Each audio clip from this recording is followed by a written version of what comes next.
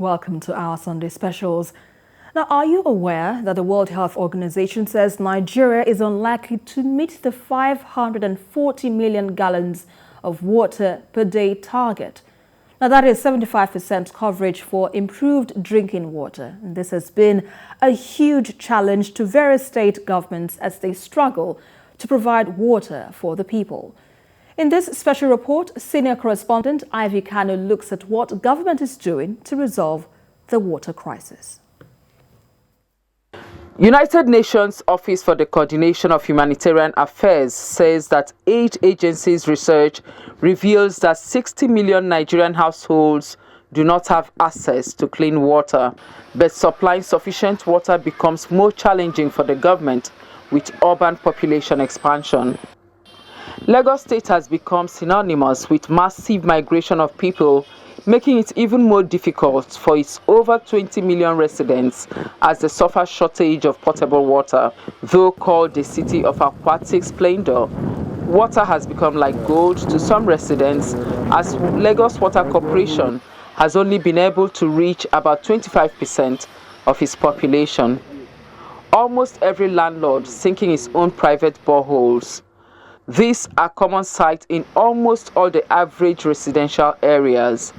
Some owners of borehole charge 100 naira to fill a truck containing 10 jerrycans, but the truck operators or water vendors in turn charge 900 naira to supply same 10 jerrycans of water to would-be buyers, making 800 naira gain. These residents say this is a huge financial burden as they struggle to provide for their families with a meager 30,000 minimum wage. Government is not provide water, you just have to sort yourself out when it comes to water. The 70s, 80s, government provide water, there is probably water connecting every here, but as it is now, just probably every house there's borehole. I'm a mother, I can consume like 36 buckets of paint water, the big one, the paint bucket of water for a day. And in the area, people always fight for water there. If I want to fetch my own water, when I go to the tap, when I see plenty of bath, I will just go back because of trouble. It's either they fight there or they break each other head. Water is very scarce.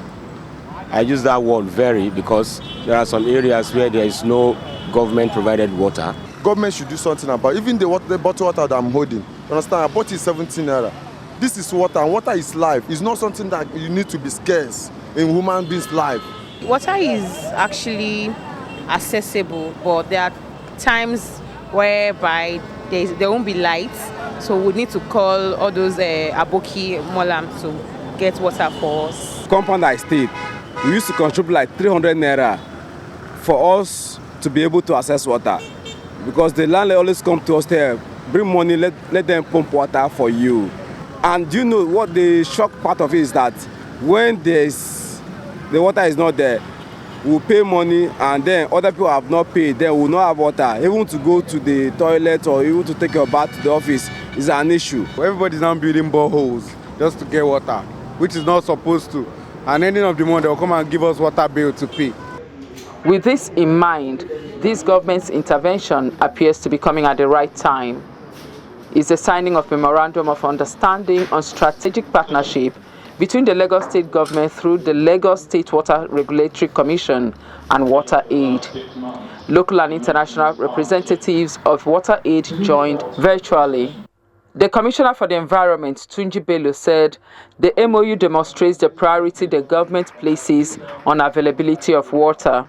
There is no way by which you can justify why we cannot provide clean water for every single individual person that lives in our territory.